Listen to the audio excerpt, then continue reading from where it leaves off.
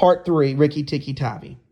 Rikki-tikki was bounding all round Nagina, keeping just out of reach of her stroke, his little eyes like hot coals. Nagina gathered herself together, flung out at him. Rikki-tikki jumped backwards again and again and again. She struck. Each time her head came within a whack of matting of the veranda, and she gathered herself together like a watch spring.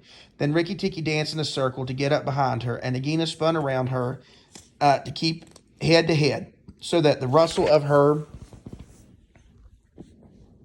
tail and the matting sounded like dry leaves blown along the wind. So there's a picture of the mongoose and the cobra. So you can imagine what it is going on right now. He had forgotten the egg. It lay still on the veranda. Nagina came nearer and nearer to it, till last, while Rikki-tikki was drawing a breath, she caught it in her mouth, turned the veranda steps, and flew like an arrow down the path, Rikki-tikki behind her. When the cobra runs for her life, she goes like a whiplash, flicked across the horse's neck. Rikki-tikki knew that he must catch her on. The trouble would begin all again. She headed straight for the long grass by the thorn bush, and he was running. Rikki-tikki heard Darcy still singing his foolish little song of triumph. But Darcy's wife was wiser. She flew off to her nest, and Nagina came along and flapped her wings around Nagina's head. If Darcy had helped, they might have turned her. But Nagina was lowered her hood and went on. Still, the instant delay brought Rikki-tikki up to her head, and she plunged into the rat hole where she and Nag had used to live. His little white teeth were clenched on her white tail. He went down with her, and a very few mongooses, however wise and old it may be, care to follow a cobra into its hole. It's never dark in the hole. It was dark in the hole, and Rikki-tikki never knew when it might open up again and give Nagina room to turn and strike. He held on savagely and stuck out his feet to act as brakes on the dark slopes of the hot, moist earth. When the grass by the mouth of the hole stopped waving, Darcy said, "It's all over with Rikki-tikki. We must sing his death song. Valiant Rikki-tikki is dead, for Nagina will surely kill him underground." So he sang a very mournful song, and he made up on the spur of the moment. And just as he got the most touching part, the grass quivered again, and Rikki-tikki, covered with dirt, dragged himself out of the hole, leg by leg, licking his whiskers. Darcy stopped with a little shout. Rikki-tikki shook some of the dust off his fur and sneezed it all over again.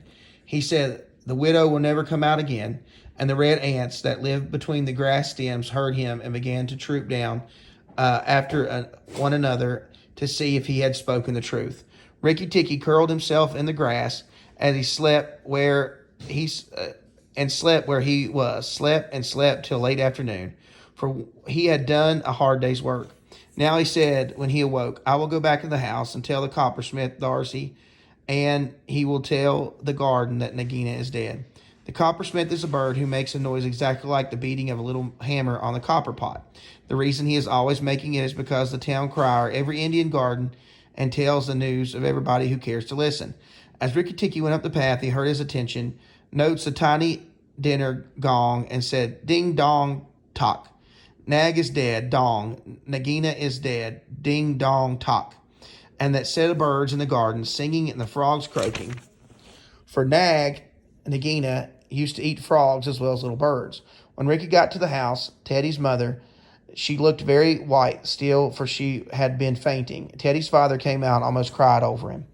And the night they ate and was given to all that was given to him. He could eat no more and went to bed on Teddy's shoulder. Where Teddy's mother saw him, she came to look at night. "He saved our lives and Teddy's life," she said to her husband. "Just think, he saved all our lives." Rikki-tikki woke up with a jump, for mongooses are light sleepers. "Oh, it's you," he said. "What are you bothering me for? All the cobras are dead, and if they weren't, I'm here." Rikki-tikki had the right to be proud of himself, but he did not grow too proud, and kept the garden as a mongoose should keep it, with tooth and jump and spring and bite. Never cobra dared to show itself inside the walls. Darcys Chant sung in honor of Rikki-tikki-tavi. "Singer and sailor I am, double the joys that I know, proud of my lit to the sky, proud of the house I sew. Over and under, so weave I my music, so I weave the house I sew. Sing to your fledglings again, mother, oh lift up your head, evil that plagued us is slain. Death in the garden lies dead. Terror that hid the roses is impotent, flung on the dunghill and dead. Who has delivered us? Tell me the nest of his name. Rikki, the valiant, the true Tikki, with eyeballs of flame. Rikki-tikki-tavi, the ivory-fanged hunter with eyeballs of flame.